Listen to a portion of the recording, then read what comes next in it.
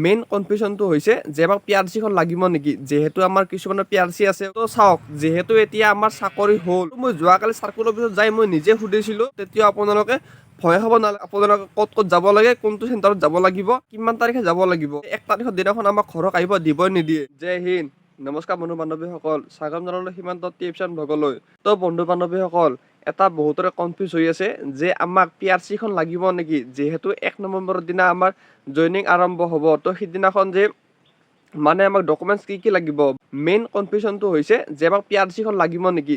কিছুমানৰ PRC আছে আৰু কিছুমানৰ PRC নাইও। তো সেইবাবে বহুতৰে এইটো মানে অলপ ডাউট হৈ আছে যে আমাক PRC-খন লাগিব নেকি সিদিনাখন। তো আজি আপোনালোকক এইটো কথা ক্লিয়াৰ কৰি দিম যে PRC লাগিব নে নালাগে, আৰু লগতে ডকুমেণ্টছ কি লাগিব। তো সেইটো কৈ দিম আপোনালোকক, 1 তাৰিখে কি লৈ যাব আপোনালোকে, আৰু 1 তাৰিখে আমাক কি ঘৰত আহিব দিব নিদিয়ে সিদিনাখন, না সিদিনা বাহিৰে মানে লৈ যাব। তো সকলোবিলাক আজি কৈ আছোঁ আপোনালোকক, গতিকে ভিডিঅ'টো শেষলৈকে চাই থাকিব।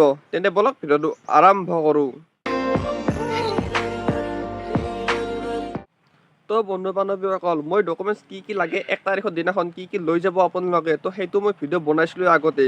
তথাপিও আজি আকৌ এবাৰ কৈ দিম। আৰু লগতে প্ৰথম কথা হৈছে PRC-খন লাগিব নালাগে। তো প্ৰথমতে কৈ দিওঁ যে PRC-খন আমাক দৰকাৰ হয় নে নহয়। তো চাওক, যিহেতু এতিয়া আমাৰ চাকৰি হ'ল, তো চাকৰি হোৱাৰ বাবে এতিয়া আমাক PRC-খন নালাগে। কাৰণ তো এতিয়া যদি আমি PRC-খন বনাওঁ, তো তেতিয়া আমাক মানে জব PRC নিদিয়ে, আমাক এডুকেশ্যন PRC-হে দিব। তো এডুকেশ্যন PRC আমাক এনেও এতিয়া কামত নাহে। এডুকেশ্যন PRC-খন হৈছে আমাৰ পঢ়াৰ কামত আহিব সেইখন। তো এতিয়া এডুকেশ্যন PRC বনাই একো মানে লাভ নাই। যদি কিছুমানৰ আছে তো তেওঁলোকে লৈ যাওক, আৰু নতুনকৈ এতিয়া বনাব নালাগে। আৰু মই যোৱাকালি চাৰ্কুল অফিচত যাই মই নিজে সুধিছিলোঁ যে আমাক মানে PRC-খন লাগিব নে নালাগে। তো দাদা এজনে মোক ভালদৰে বুজাই দিলে যে PRC-খন এতিয়া একো দৰকাৰ নাই, একো PRC নালাগে এতিয়া, যিহেতু এতিয়া আমাৰ চাকৰি হৈছেয়ে। তো এডুকেশ্যন PRC আমি এতিয়া বনাব নালাগে, সেইখন এতিয়া মানে আমাক নালাগে।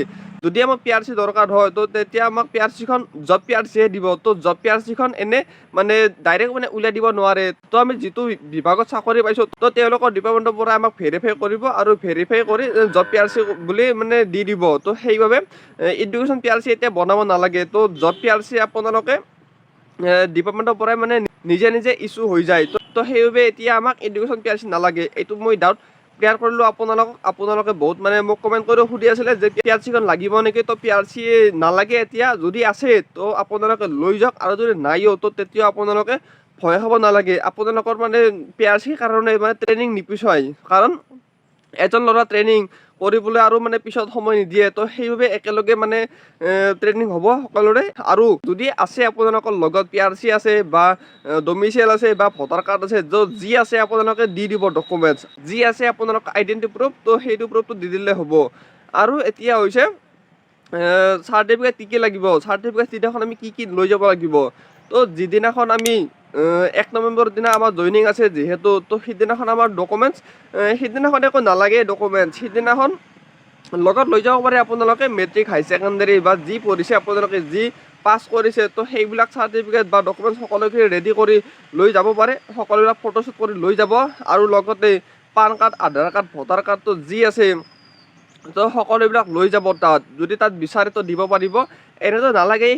সিদিনাখন এটা মানে মিটিং কৰিব, আৰু মিটিং কৰি ছাৰসকলে মানে ভালদৰে বুজাই দিব যে আপোনালোকে ক'ত যাব লাগে, কোনটো চেণ্টাৰত যাব লাগিব, আৰু কিমান তাৰিখে যাব লাগিব। আৰু তাত ভালদৰে বুজাই দিবই যে মানে আপোনালোকে ইমান তাৰিখত তাত গৈ পাব লাগিব, ইমান তাৰিখে আপোনালোকে আহিব লাগিব। তো সেনেদৰে ছাৰসকলে ভালদৰে বুজাই দিবই। তো আপোনালোকে তাৰ বাবে একো টেনশ্যন ল'ব নালাগে। আপোনালোকে 1 তাৰিখে যাব, আৰু যাই মানে সিদিনা ঘৰত আহিব দিব। কাৰণ সেইদিনাখন মানে এটা মানে মিটিং কৰি ভালদৰে বুজাই দিব যে আমি ল'ৰাসকলে ক'ত যাব লাগিব। তো সেইবাবেহে তাত মাতিছে। আৰু আপোনালোকে সুধি আছিলে যে 1 তাৰিখৰ দিনাখন আমাক ঘৰত আহিব দিবই নিদিয়ে।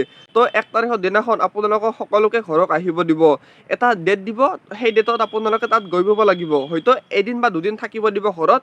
তো তাৰ পিছত আপোনালোকে তাত যাব লাগিব ট্ৰেইনিং চেণ্টাৰত, যিহেতু ফাৰ্ষ্ট উইকৰ পৰাই ট্ৰেইনিং আৰম্ভ হ'ব। ইমানে টাইম দিলেয়ে, তো সেইবাবেহে মানে ট্ৰেইনিঙো মানে সোনকালে হ'ব। তো 1 তাৰিখে যিহেতু মাতিছে জইনিং কৰিবলৈ, তো তাত 2-3 দিন পিছতে মানে ট্ৰেইনিং চেণ্টাৰ যাই পাব লাগিব। তো সেইবাবে আপোনালোকে যিবিলাক বস্তু আছে এতিয়া আপোনালোকে কিনি ৰাখিব, যাতে 1 তাৰিখলৈকে আপোনালোকে ৰখি নাথাকিব যে 1 তাৰিখে আহিলে আমি বস্তুবিলাক কিনিম তো ৰেডি কৰিম তো সেনেকুৱাকৈ ৰখি নাথাকিব এতিয়া মানে বস্তুখিনি মানে সকলোবিলাক ৰেডি কৰি ৰাখিব আৰু 1 তাৰিখৰ দিনাখন আপোনালোকে সকলোবিলাক ৰেডি কৰি ঘৰত থৈ যাব কাৰণ কি ঠিক সিদিনাখন আহি যদি মানে যাব লাগে আমি ট্ৰেইনিং চেণ্টাৰত তো সেইবাবে আপোনালোকে এতিয়াই সকলোবিলাক বস্তু ৰেডি কৰি ৰাখিব আৰু মোৰ বস্তু মোৰ 70% মান বস্তু মোৰ ৰেডি হৈছেয়ে বাকী 30% মান আছে ৰেডি তো সেইখিনি মোৰ ৰেডি হৈছে A to Z ৰেডি হ'ল আৰু আপোনালোকক এটা মই ভালদৰে ভিডিঅ' বনাম গোটেইখিনি A to Z মই এটা ভিডিঅ' বনাম কি কি কিনিছোঁ তো আপোনালোকে সেইখিনি কিনিব তো আৰু তাত পিছত একো প্ৰব্লেম নহয় তো তাৰে কাৰণে আপোনালোক এটা আৰু ভিডিঅ' বনাম ভালদৰে আৰু আজি ভিডিঅ'টো এইখিনি আছিল যে PRC-খন লাগিব নালাগে তো PRC নালাগে বুলি মই আপোনালোকক একদম ক্লিয়াৰ কৰি দিছোঁ আৰু আপোনালোকে একদম